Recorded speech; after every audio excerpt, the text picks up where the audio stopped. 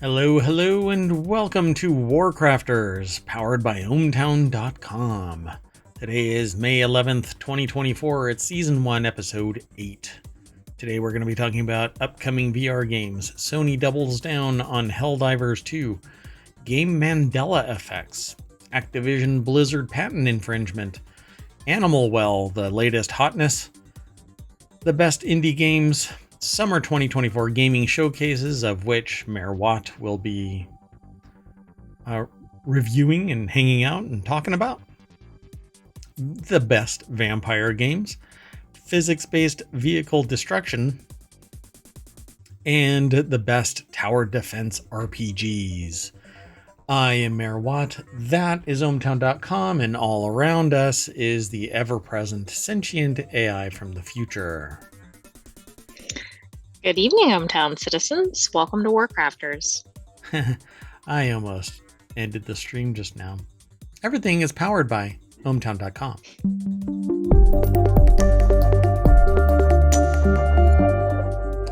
I need to, part of Wanted, the other show that we have about gadgets and gear, I need to do a deep dive into earbuds.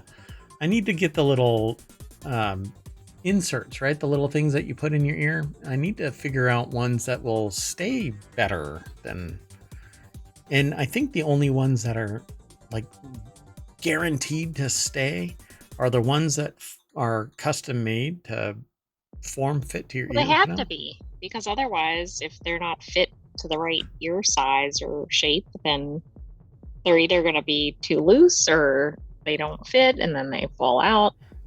Yeah, it's just, I know, but it's frustrating. I'm sitting here and I'm eating a gummy bear. Actually, I'm eating a gummy cola bottle. And they slowly work their way out until it's just a facsimile of sound that I'm hearing. Wait, the gummy cola bottles do? Every time I chew, it just kind of, the gummy cola bottle pushes.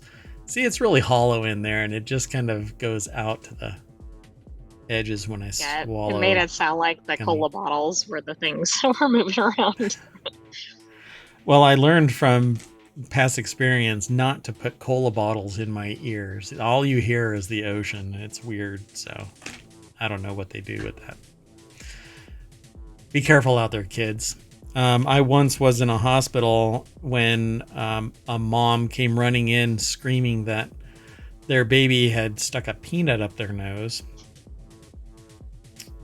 This is also the same night that a person in a helicopter fell out of the helicopter because they weren't harnessed in properly, and they came in holding their right arm but left with a cast on their left arm. And I asked the doctor what the heck that was about, and they said that sometimes people get it wrong. Oh my goodness. All right, so that stuck with me for a long time, and the fact that it's still in my brain is either troublesome or I got a good memory just for not important things. So let's get on with the show. This first article is over in Reality Hacker. It's just one of many articles from many channels that we have over in ohmtown.com, all of which I intend to bring here to ohmtown on Twitch and over to YouTube. So twitch.tv/ohmtown and youtube.com/ohmtown. Don't forget the podcast. There's a Discord that has a discussion and a voice and a text chat for all of the shows. So if you want to go and hang out there, you can. And there's the Patreon and the TikTok, and did I just say and the TikTok? I think you did. The TikTok. Anyway, the first article is over in Reality Hacker. Upcoming VR games 2024, new releases on Quest, PC VR, PSVR 2, and more. 2023 was a pivotal year for VR gaming, with both PSVR 2 and Quest 3 launching, and 2024 continues to be building upon that. There's a lot of talk about Apple Vision Pro, right? Like every article now talks about that. But there's stuff, experiences, things that are being added to it, and they're only being added to Apple Vision Pro. but they're trying to Which is purport it to be. interesting. But other people are like, we're not even touching Activision Pro. Yeah, exactly. And so exclusivity really drives me nuts, because if you want more growth in a particular area, you'd better make your stuff platform agnostic. Make it available to everything, because what's going to end up happening is somebody's going to buy the Quest 3 and love the game that you get, but you're going to get a superior experience on Apple Vision Pro. Word is going to get out and people are going to bounce from the Quest 3 over to Apple Vision Pro. Now, the only way to combat that is if you're going to do exclusivity, then you're bound by the people who take the risk to buy your platform. You're not going to get any growth, other than the people who are like, well, I'm already in that ecosystem, I might as well buy that. What we need, particularly in VR, is just overall market growth. And I don't think that happens by exclusivity. That said, developers aren't going to just develop out of goodwill, right? There's an expectation of performance. And if Meta or Sony or Microsoft says, hey, build this and license it only to us, yeah, a developer's going to, bite on that hook real quick. So what do you think's coming? Let's see. Henry Stockdale over at uploadvr.com put the article together. And it says here, their aim was to create a wider list that will keep regularly updated, so you can better plan ahead and remind yourself of upcoming VR games that maybe you're going to be interested in. So let me do this. Like the last show, I'm throwing all of the links into the chat right away. And if you are watching this later on, odds on it's going to be over on YouTube.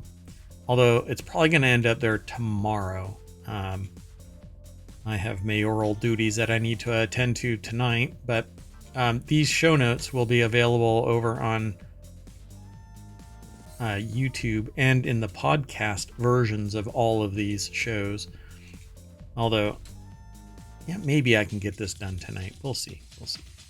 But there you go. We've got 2 more articles that I'll throw into the chat, and then we'll continue on with the show. I used to do this one by one, but it really slowed down the show quite a bit. But let's go. So this big list, it says, that doesn't mean that we're stopping our more in-depth monthly roundups. You can find more specific information about the new VR games for May 2024 below. But they've done this before. They have this big list. And so should I just kind of link you all to that and just kind of go on? Yeah, I mean, that might be reasonable, or pick out some of the highlights. So Masters of Light, Retropolis, 2, Never Say Goodbye. These are all either Quest or PCVR or PSVR 2 games. Tank Arena Ultimate League is over on Quest. F124 is PCVR. The one that I'm really interested in is Exocars. It's supposed to be a kind of a superior car physics racing game where you're in, what they call them, rails in some circles. I don't know what everybody calls them, but basically you're racing in this high performance dune buggy kind of vehicle, and you can look around. And this is the kind of driving that I really dig. And unfortunately, I've never really had a good experience with VR car racing because the gear that I own didn't really mesh well with the interface. So the application didn't link to it properly. And so to get it to link, you'd have to get a higher end piece of equipment. And I wasn't willing to invest, $600 on a racing wheel that. Right, especially if you're not going to be doing it constantly. But I love the idea of doing this, and you can teach people how to drive doing this. And who knows? I mean, you can be a competitive racer in VR with the right pieces of equipment and compete, make a name for yourself. I don't know if I'd end up doing that kind of stuff, but it's a blast when you can fine tune your VR vehicle and race it just like you would in the real world. You don't have it to worry about being hurt, so you can just put the pedal to the metal and take these turns at a mind-numbing speed and not worry about being deleted when you mess up. But I'm waiting for Exocars. I don't know if I'll be able. I don't know. We'll see. Exocars looks like fun. It's right after. It's the day after I get a brand new tattoo. Maybe that's an overshare. V-Rider is going to be on Quest only, and that's a real bummer. I'm in their Discord. I wanted to be part of their beta, but V-Rider is a motorcycle racing game that is supposed to have really good physics as well. But unless you're on a virtual race bike, then who knows how that's going to work. But they do make those. They make VR seats that are in the shape of a motorcycle so that you can feel like you're more part of the motorcycle. I mean, if you're gonna do it to make it realistic, that makes sense.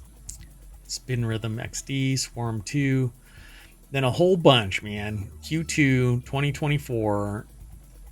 So many VR games. I absolutely love.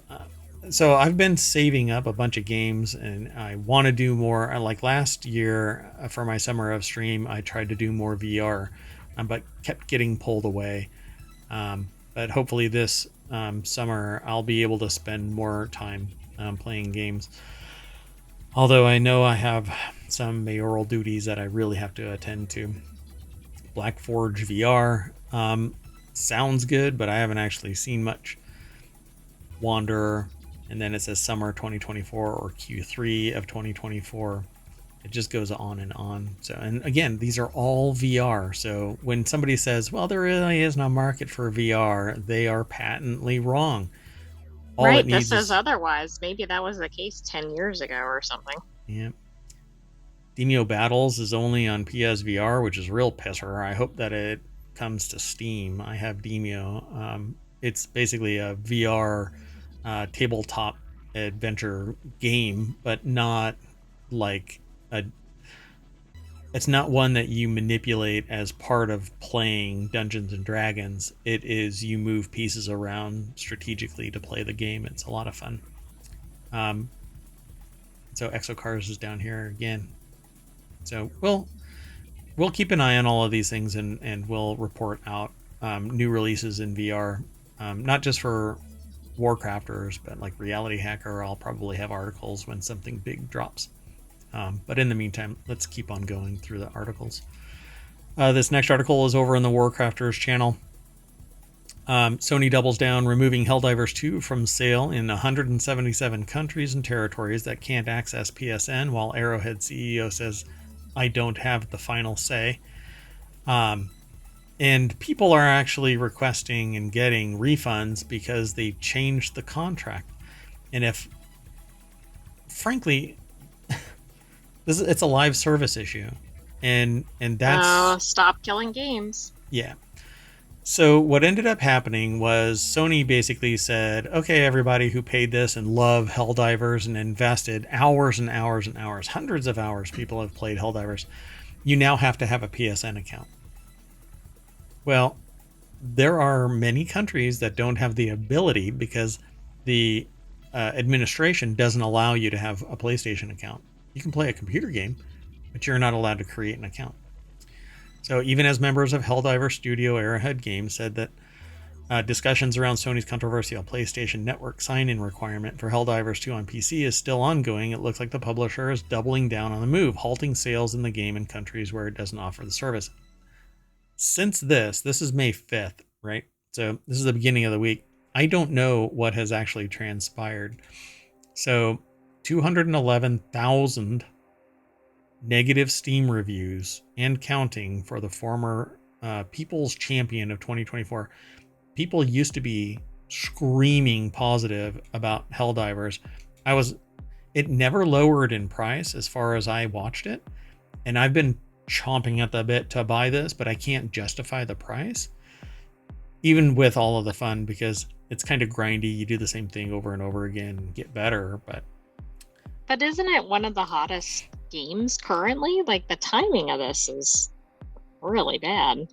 Yeah, and they didn't pull the trigger on this until after all of this hotness, right? Well, So until everybody bought it, right? yeah, and that's why people are really pissed off. So they updated here. Sony has now backed down on its demand that Helldivers 2 players log into a PSN account. I think probably what's going to end up happening is they'll probably reverse this again and say those who can have to. I wouldn't be surprised at that. So we'll keep an eye on this. Well, there's already another article on a related topic, which I've submitted for possible inclusion in tomorrow's show. Oh, okay. Sounds good. As shared by SteamDB earlier this morning, and this is now 5 days ago, because this is a weekly show, so we just talk about everything that's transpired over the week.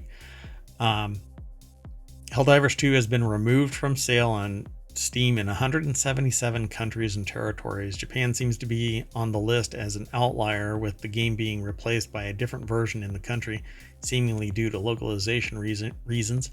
And the rest, though, are all regions not eligible for PSN access, with this move seemingly in preparation for the worst case scenario of a rollout where players who can't sign up for PlayStation Network are simply out of luck. And now I really wanted to talk about this because the problem here is, because it's a live service, they can pull the plug on you anytime they want to. You spend $70, $150, $250, whatever the price is. If they decide to do a policy shift, they can rug pull access right out from under you. And you can sit there and go, well, they stopped giving me access. I want a refund. Well, you got your value out of it. Well, I think from the consumer standpoint, that's a reasonable request, but it'll be interesting to see what the companies do. So I think stopkillinggames.com, I think, is the actual website, right? It is. Well, I don't know if it's a .com, but yeah. Yeah, it is. Stopkillinggames.com. I think that we need to have a similar message about all games. They focus on the crew, but the real issue here is you don't own the license to own. You don't own the game. You own a license to consume the game while they have it live.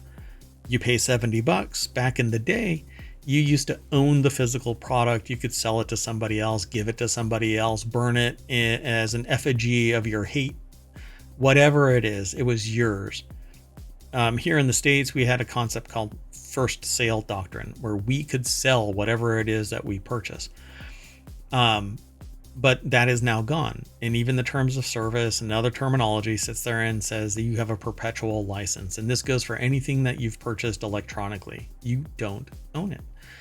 And so I have a real problem with this, but I've been talking to people about it, and it seems like it's just not going to get clawed back. Not by myself. I'm basically peeing into the wind. And so it takes an entire concerted effort by everybody. And that's really what Stop Killing Games is just on the precipice of talking about, because they're focusing on the crew, which basically Ubisoft hobbled the live service portion of it, stopping people from consuming actually about 60% of the game. I don't want this to happen to me, but that's what it is. I can spend 1,000 hours playing a game that I've purchased or that I've been paying $15 a month to play, and at any given moment they can rug pull it and I have a brick. Hundreds of dollars that I've spent over a bunch of expansions, and I can't spin up my own world server so that I can continue the game that I've invested a lot of my life in.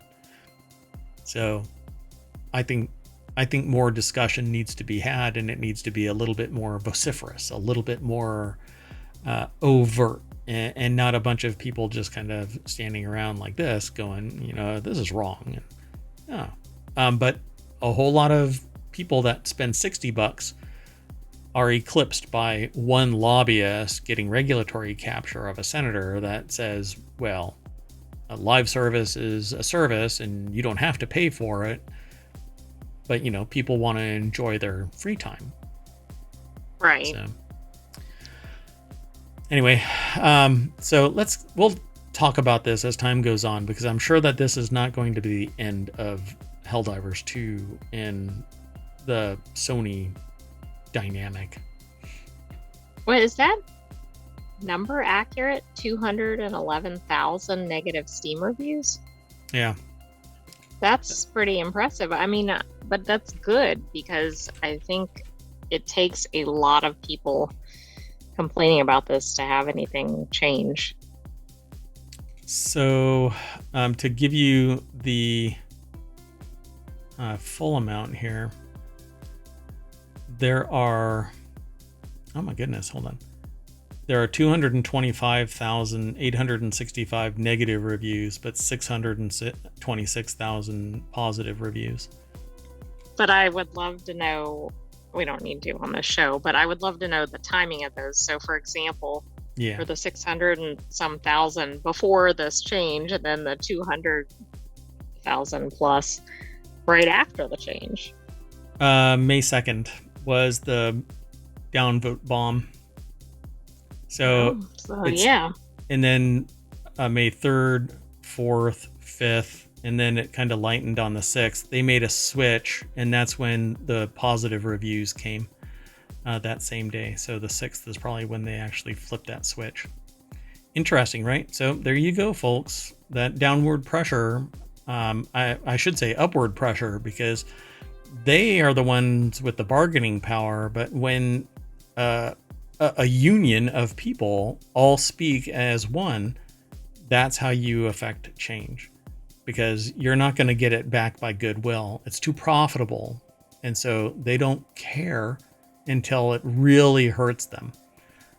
So speak with your wallet and speak together. Okay, let's keep going. The next article is over on the WarCrafters channel. Famous video game Mandela effects. If you've never heard of Mandela effects, it's basically a phenomena where something happens and you think it happened a different way, and other people remember it a different way than even you. And when you bring the receipts, they go, well, no, I remember it the other way. And so you end up in this discussion about, like, Fruit of the Loom. Does the logo have a cornucopia? And people, everybody would say yes. Yet it never has, but I swear it has. So in recent years, the Mandela effect has exploded in popularity, becoming one of the most fascinating phenomena to ever circulate on the internet. In a nutshell, the Mandela effect is a collective trick of the mind where masses of people remember something completely different from what it actually is. The ever-growing popularity of this effect can largely be attributed to the fact that it applies to practically everything one can think of, from movies and cartoons to TV shows, music, and even video games. And so Game Rant put this article together. And I don't know how they're going to present this. Oh, okay. So Super Mario Brothers, the Piranha Plant. The Piranha Plant was never in the first level. I don't remember enough of it to say if it was, but apparently it's not. But I've only always remembered the Piranha Plant being in existence. That's interesting. I mean, and could that be maybe because everybody got past the first level? I don't know. Yeah, and exactly. so they think of later levels. I'm not really sure. Mario Kart 64, the Rainbow Road Rails, isn't as challenging as people remember it. Yeah, I don't remember this either, but it's an interesting article that talks about it. The Rainbow Road track, meaning that it was impossible to fall off. So it had rails all along the sides of the Rainbow Road track. But apparently people believed it as being difficult. But they were falling off of that. Yeah, somehow these memories are all false, as the track in this game had protective railings all along. So they say that it's a trick. But how is it a trick if people like me absolutely remember that cornucopia or remember other things? And we'd have to go through. There's so many of these over on YouTube in particular. Game Rant put these 10 together, but I won't go through all of them because I don't want to spoil it for everybody. Go and get surprised. Reaper's backstory isn't what people believe. the Reaper and Mercy dialogue interaction in Overwatch. You have to be interested in the story of Overwatch to know about this. I don't play Overwatch. Pokemon's Pikachu's tail. So many people believe it as having a black tip. I thought it did. Apparently it does not. The tail never had a black tip. Like his ears, I thought it had a black tip. Right. Or like Pikachu's ears. You have to just Right. pick a side, I suppose. Oh, and that's it. Oh, there's only 5 of them? I thought there were 10. Yeah, but they're about major things like Call of Duty. Apparently, there's confusion about whether there's a sign, which should be kind of straightforward, right? It's not something real hidden. Okay, that sign, by the way, became a huge video on YouTube. If you do a search for Mandela effects, you'll find a streamer. I can't remember their name off the top of my head right now. They put together a string of Mandela effect videos, and one of them is entirely about oh my goodness, entirely about this sign, because the person who is the host remembers the sign, and other people say that it's not there. That's fascinating. Yeah, it's really neat. So here, let me do something real quick. There we go. Okay. So go check this article out. You follow the link through ohmTown, and then you just click that link right there. Visit the source. If you click this, it'll take you to the Game Rant article as well, but it's in a different context because this is the actual source for our discussion today. Okay, next article, though, is over in the WarCrafters channel as well. Activision Blizzard set to cough up $23.4 million after losing a 9-year-long patent infringement battle, but claims, quote, "We have never used the patented technology at issue in our games." So how did they lose? Right. I mean, that really doesn't make any sense. So they're about to fork out $23.4 million to tech incubator Acceleration Bay after a jury ruled that it had infringed on 2 of the company's patents. According to Reuters, again, we all share information. The patents are related to the simultaneous sharing of information used in multiplayer aspects of Activision Blizzard's games. Acceleration Bay originally filed the infringement complaint back in 2015. They've been riding this wave for 9 years. This is why litigation is just soul crushing for a business. Before being dismissed and refiled a year later. While Activision Blizzard argued that any monetary damages shouldn't exceed $300,000, the jury disagreed and ruled that it owes $18 million for the patent. Molly Taylor, I think the rest is...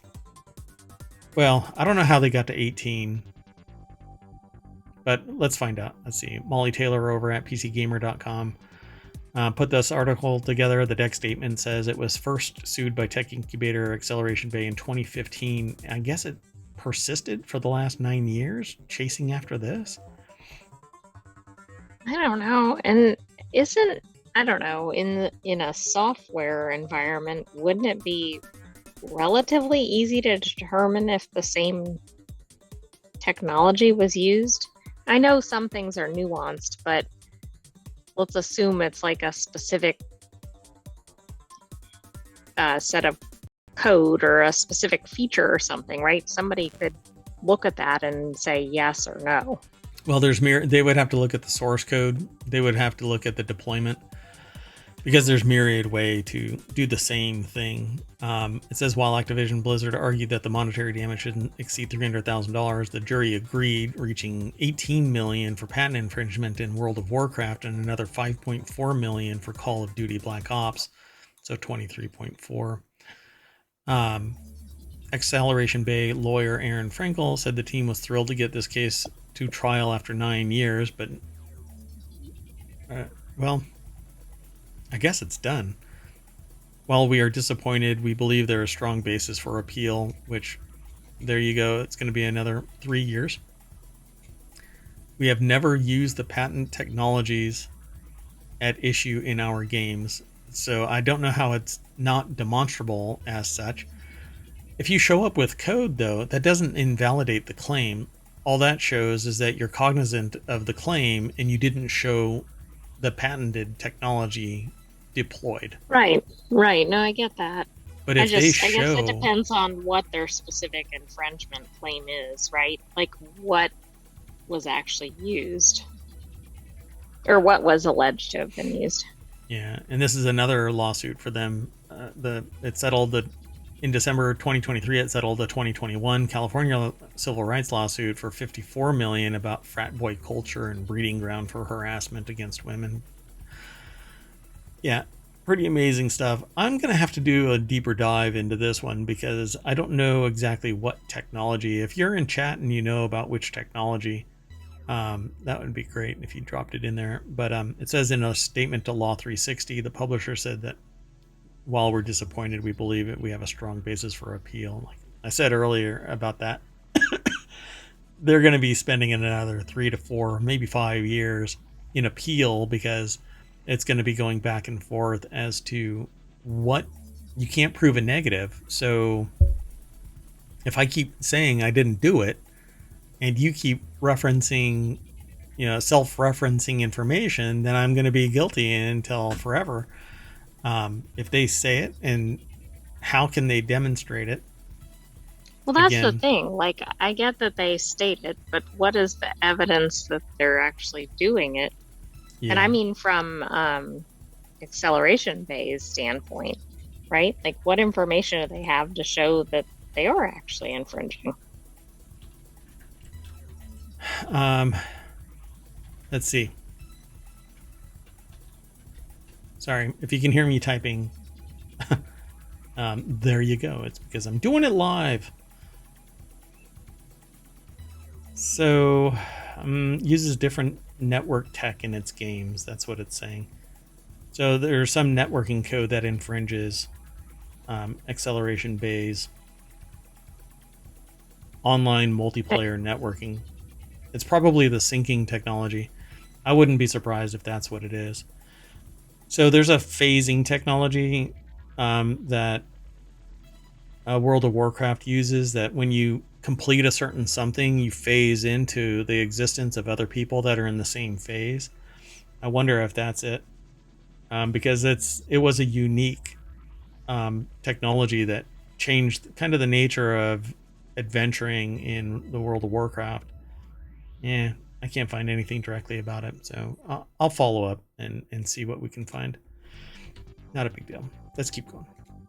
The next article is over in the WarCrafters channel. Animal Well is shaping up to be the most acclaimed Metroidvania since Hollow Knight. One of the best reviewed games of the year so far, launched on Steam today.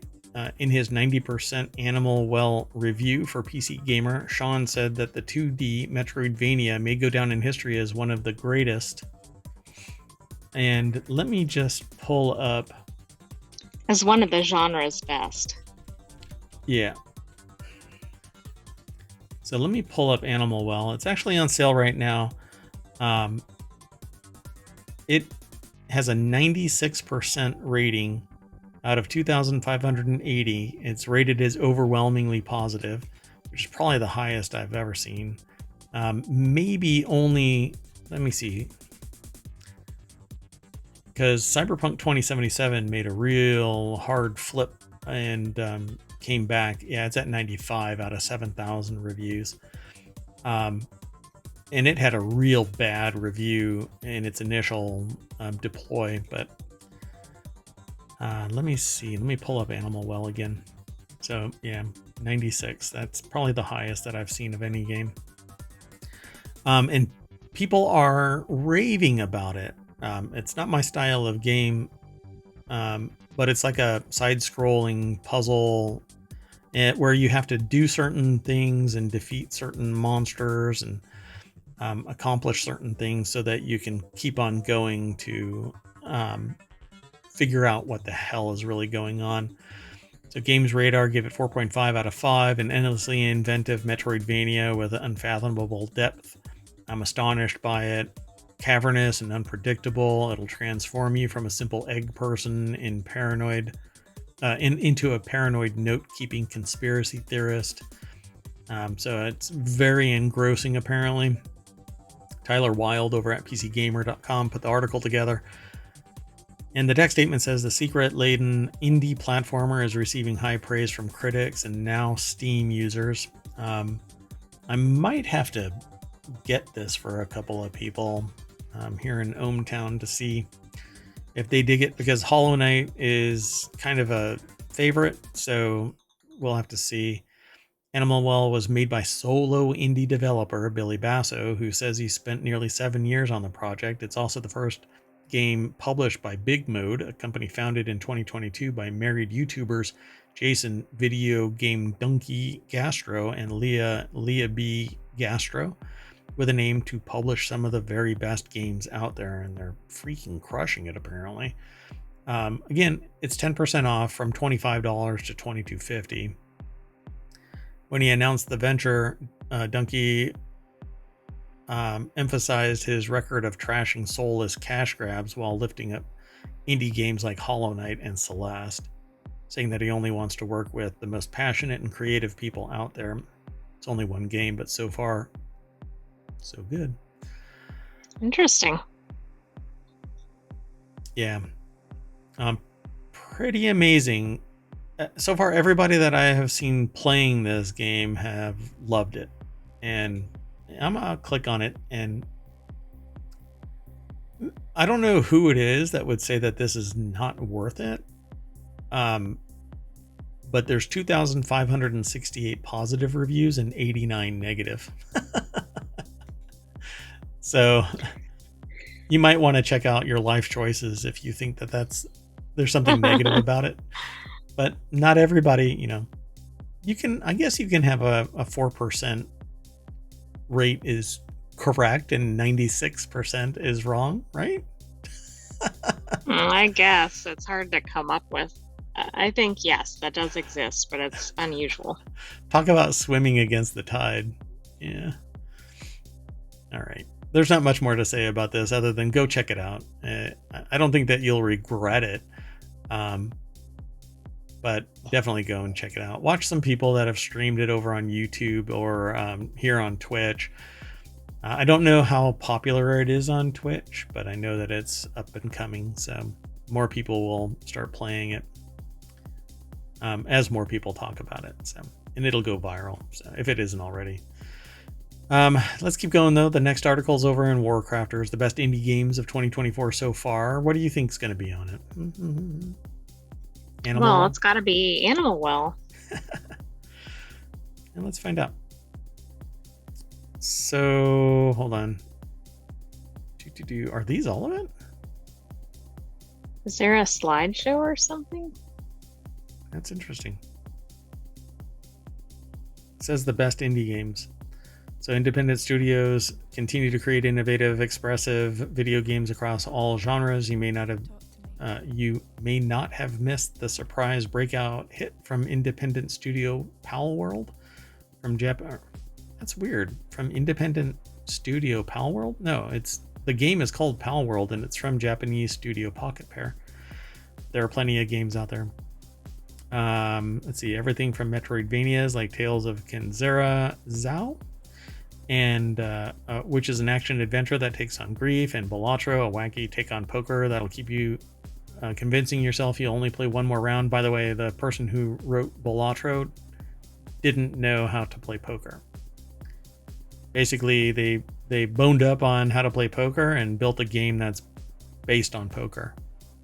And That's interesting, because you'd think you'd have to be like an expert or something in it to make a game that made sense. That riffs off of it, right? Yeah, that focuses on like the benefits of a particular hand or whatever, but it's pretty straightforward and it's a fun game. But like the reason why I've created so many shows here in ohmTown is because I don't like the same thing over and over again. That stuff is grindy. So it says they'll keep updating the page regularly as the year goes on. So they talk about Stardew Valley-like farms, while you work, and it actually links to a bunch of articles. So Manor Lords, Snufkin, Melody of Moonin Valley, Tales of Kanzara Zhao, Children of the Sun, Botany Manor, Pepper Grinder is a fast, fluid platformer you shouldn't miss. Open Roads, 43 legendary psychedelic games in a row, and now their brain is a puddle. So you have to follow that to it. They talk about Balatro. Nightingale was, to me, I thought was going to be my forever game, and I started to really lean into it. I was part of its testing and stuff, and it just kind of fell apart on me. Pacific Drive, you drive around in like an alternate reality kind of a place, driving on a road constantly and upgrading your vehicle, and it's a station wagon. Oh, interesting. Pal World is basically Pokemon with guns. Home Safety Hotline says it is a cryptid helpline game. Cryptids are like alien critter kind of things. And Sons of the Forest still maintains its scariness, even though it had a really weird ending when it was first launched. I don't know what it's at now. I haven't played it in a long time. It just says nope, nope, nope, nope, nope, nope, nope in the description of the game. So let's keep going though. Oh, did I say who it was from? Polygon staff, and Polygon is the location, polygon.com. Let's keep going. I always give credit where credit is due. The next article is over on the WarCrafters channel. Every gaming showcase scheduled for summer 2024. Stick around for this during the summer. I'll be talking about all of these and rebroadcasting them when I can, where I can, if they are allowed to. Somehow it's almost summer again, which means that the summer gaming showcase schedule is starting to fill out. E3 is gone for good now, but we've learned in the past years that it isn't going to stop all the gaming publishers, big and small, from descending upon the month of June to roll out their roadmaps for the next few years. Not for nothing, the author says that they're still very open to suggestions for new names to bestow upon Game Marketing Week because they're done saying not E3, and their loyalties demand that they not cede name rights to Summer Game Fest. So when you click the link, you get taken over to PCGamer.com, and Lauren Morton is the author. Even without E3, the showcases will go on, says the deck statement. So, did they just have a rundown? Yes. Guerrilla Collective, Accessibility Showcase, Summer Game Fest, Day of the Devs, Wholesome Direct, Future Game Show is in... Man, this is going to be so cool. And I cannot believe a year has already gone by. A year. All right. Xbox Game Showcase. It doesn't feel like... It feels like it was summer showcase season. Yeah, very right? recently. I don't know what it was. Maybe there was a spring one that was light, like a spring light showcase of a few. I don't know. PC gaming show, Ubisoft Forward, and then unconfirmed is Sony's State of Play, Devolver Direct, which, man, if they... We'll see. We'll talk about what Devolver Direct is going to be doing once they announce something. Black Voices in Gaming and Nintendo Direct. They provide a whole bunch of information related to it as you scroll through this link, but there you go, folks. I'll be watching this, and I'll be all of these. I will be streaming as much as I can for all of this. And talking about it, posting it over on YouTube, and playing games. Anything that they announce that's publicly available, demos or whatever else, I'll be trying to play as well. But again, there's only so much time in the day. But let's keep going. We got 3 more articles. This next article is over on the WarCrafters channel, aggregated from, I think, Game Rant. Best vampire games that aren't Castlevania. The night is dark, the moon is high, and prey roams. Yeah. That means vampires are lurking in the shadows, ready to strike. Vampires used to be everywhere in films, shows, and, of course, video games. However, bloodsuckers have lost some of their allure in the recent years, and vampire games have grown quite rare. Really? All right. They have? Yeah, wouldn't think that. V Rising is just out and out right. a huge favorite right now. They just released their 1.0 release, and everybody's playing it. Let me see. Well, yeah, I mean, It's like half of mentioned in the bullet points here. half of the people that are in my watch list are playing V Rising. So vampire games have a rich history with iconic titles like Castlevania, capturing the allure of these creatures. Games like V Rising delve into the daily lives of vampires, offering experiences beyond just survival. That's funny. Like, oh yeah, they have to go get horses. They have to watch out for garlic and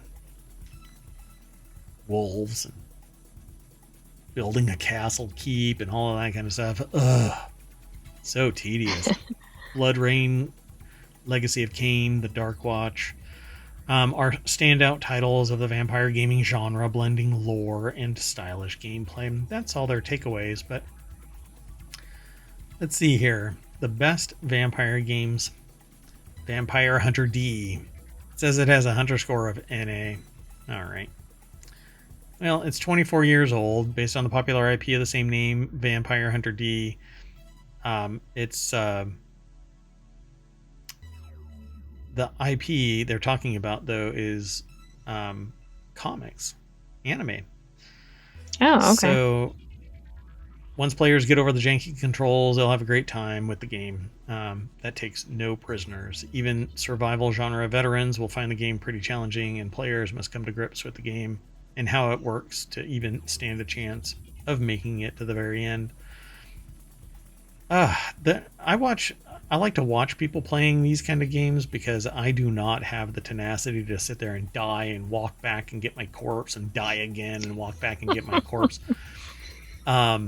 There's a streamer goes by Bald Zebra here on Twitch, BALDZEBRA, Bald Zebra, and they're calm about this. Like, I've watched Co Carnage play, and like he'll get frustrated and get loud, but so far I've never seen Bald Zebra get bent out of shape about just relentless, just dying and having to go back, and everybody's chill about it. And Dunkstar, DUNCSTAR, Dunkstar, if you're listening to this via the podcast, I like to tell people how to spell the name so that they don't mishear what I'm saying. Yeah, because you can't always tell what.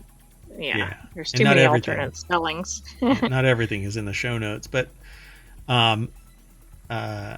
he and his co-host Timeless _exe, they're both so chill about it and having fun and laughing. It's actually so entertaining to watch. What would drive me up a freaking wall, I would table flip not just my desk, but I'd go next door to my neighbor and I would flip their desk too, because it's so frustrating. So they talk about incredible adventures of Van Helsing, Blood Rain Betrayal, Vampire the Masquerade, which is actually an RPG role-playing game, like you can play it in the real world where you pretend to be a vampire, part of the Masquerade. The Masquerade is this feature where the world doesn't know you're vampires, but you can break down the facade when you're gonna like delete somebody, drink their blood. It's a really neat role-playing game with the right people. El Paso Everywhere, Van Helsing again, Code Vein.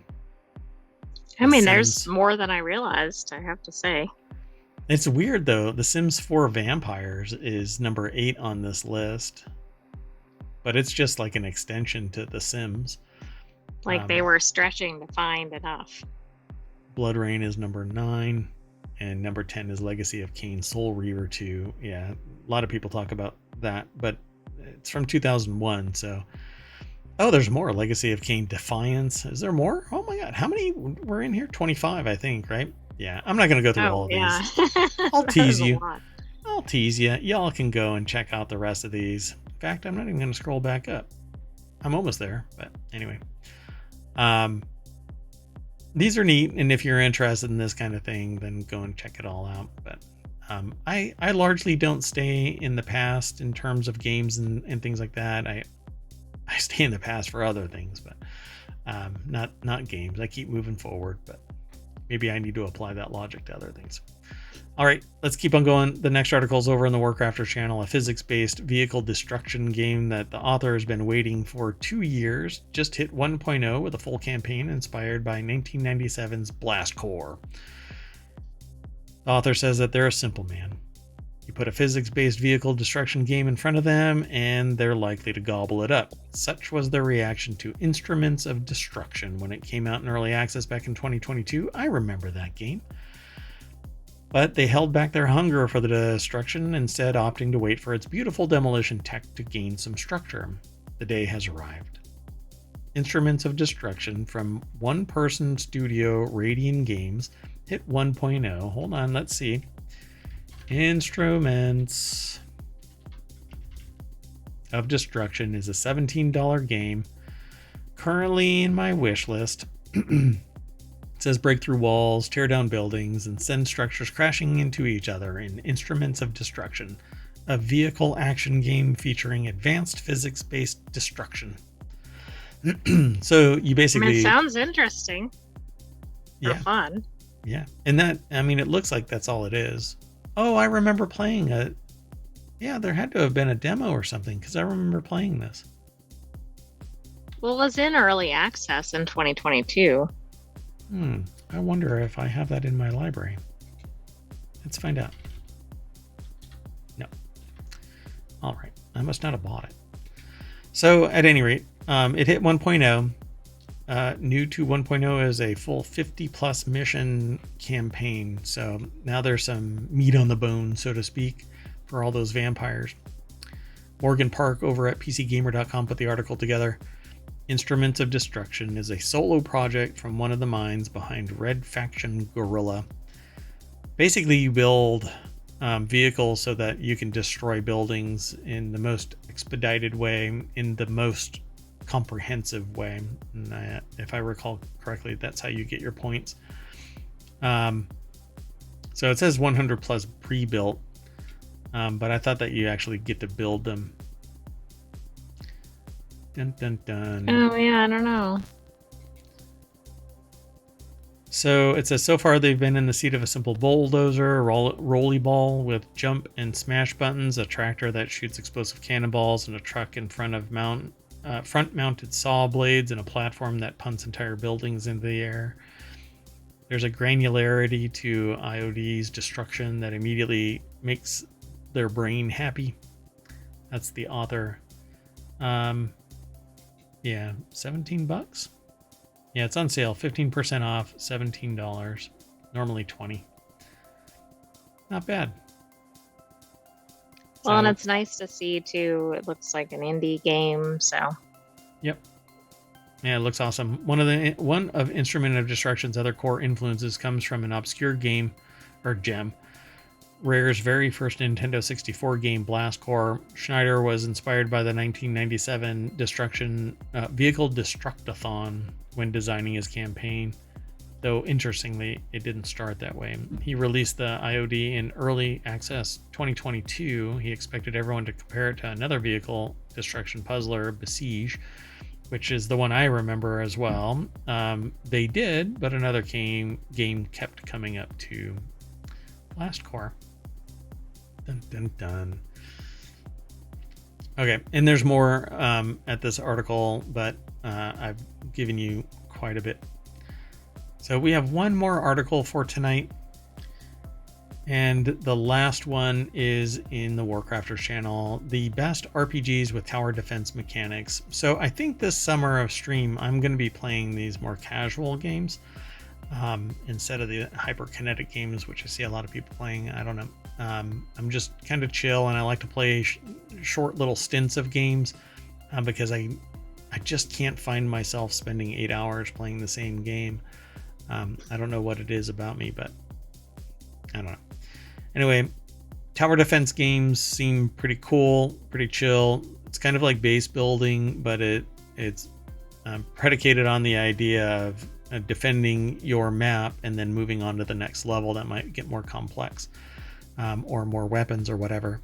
So when gamers hear the term RPG, it's very likely for them to associate the genre with turn-based gameplay of classic Final Fantasy games, the tactical depth of award-winning Baldur's Gate 3, or even the vast open worlds of the Elder Scrolls franchise, and that's where I fall.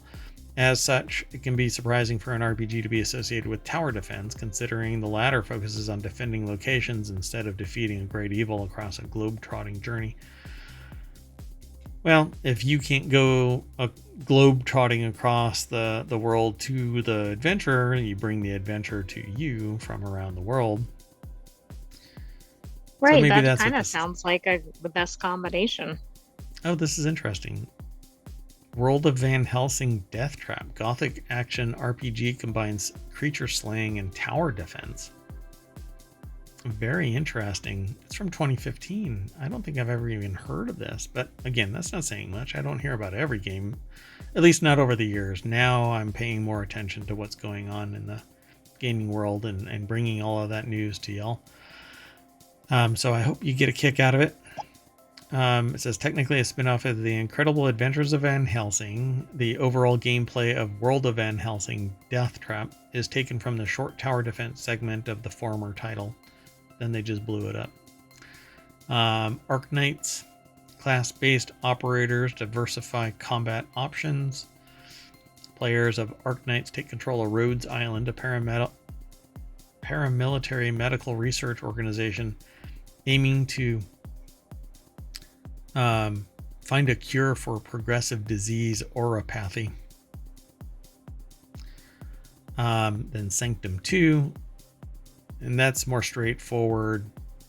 It's a sci-fi FPS, but it looks like your standard tower defense map. You know, something follows along the path, and you set up turrets to eliminate it. And it looks like there's almost a grid or something there, but maybe that's just the way it's designed. Yeah, these little spots are where you can put your turrets, it looks like. So yeah, it looks like fun. Might have to look at that one, but it too is 11 years old. So 7 days to die, create the perfect base, or die in 7 days. This is actually, I don't know if it's really tower defense. It has tower defense like mechanics, I think. Where you build a platform or a base and make it as difficult for zombies to get through as possible. I mean, I guess that's comparable. Riftbreaker, I don't know, really tower defense kind of a thing. It's a base that you have to defend against massive hordes that come and destroy your walls and then eventually you. It's actually a lot of fun to watch people play. Dungeon of the Endless. Slowly explore, develop, and defend a roguelike overworld where you can keep on dying, but if you get more and more resources, you can build up. But as monsters come and destroy your base, you have to rebuild your base. And so you may have a negative return on your investment, and eventually you're just getting your butt kicked all the time. Yeah, I actually have that game. It's pretty fun. Dwerve, a warsmith needs to fight and protect a base simultaneously. This is from 2022. In a world where trolls have driven dwarves away from their mountainous homes, Dwerve explores the titular character's journey as he searches for his lost mother. You know, I thought that was only in articles about movies, but apparently it's about games too. It's everywhere. Dungeon defenders use fantasy classes to summon defenses, and it's like fixed maps, and so you have to place barriers down and defend from the incursion. And they're not always outside like this one. Every time I've ever seen this, it's always been inside. Hence dungeon. So the last spell, this is another one. It's on this kind of grid, and there are raids, incursions, and you have to defend them by placing things and bolstering your defenses. Dark fantasy roguelite with turn-based combat, tower defense mechanics. Yep, true. And then finally, Defender's Quest, Valley of the Forgotten. Characters themselves become the towers in a straightforward title. So you have to just kind of place your people down, and they build up and defend your territory. So see, whose buildup of magical powers accompanies her desire to escape her horrifying prison as Azra attracts corrupted souls to her position. Her companions desire to protect her at any cost. This explains the core gameplay loop. A maze is the only thing separating Azra from many monsters, and her companions have unique abilities that can help Azra in her mission. Dun, dun, dun. So that's it. I see a lot of games in there that look interesting, but I also think because some of them are quite a bit older, maybe there need to be more that combine these two things. Yeah, I love tower defense games. There's what is it called? Something monkeys. Doggone it. Bloons. Yeah, yes. Bloons. Bloons TD6, I think. Yeah, I don't know if is the latest one TD6 still. Bloons. Yeah, it is. So, Bloons is a blast. It's only $14. It's tower defense, but it's fun, particularly if you have somebody else to play with. And the only game that I think has been a blast from end to end, you have to do it with the right person or people, but rounds is drop dead hilarious to play, fun every single time, unless you add mods to it and it gets kind of like really just untenable position of craziness where it's nothing but just frenetic and chaos. But the plain vanilla build of it is designed around being tactical, and so you'll run around and have a good time. But with the right person, you just get a kick out of how you kick somebody's butt. Yeah, definitely find somebody that you have a good time with. So that game just brings out the laughs. So at any rate, that's it. Ta-da, we are all set. We jump into the party bus and race through our tower defense maze, and hopefully we get to the end. And oh my goodness, it's over here. WarCrafters. We refresh it, and maybe we'll have some more stuff in this clever roguelike. You build and rewire your powers using spare parts. Sounds like fun. Maybe we'll talk about it another day. Not tonight, though. That's it for today. I am Mayor Watt, and all around is the sentient AI that's going to keep me out of trouble. Good night, hometown citizens. Thanks for joining us for WarCrafters. We'll be back next week with another episode, but come back tomorrow at 5 p.m. We have 4 shows lined up for you. See you then.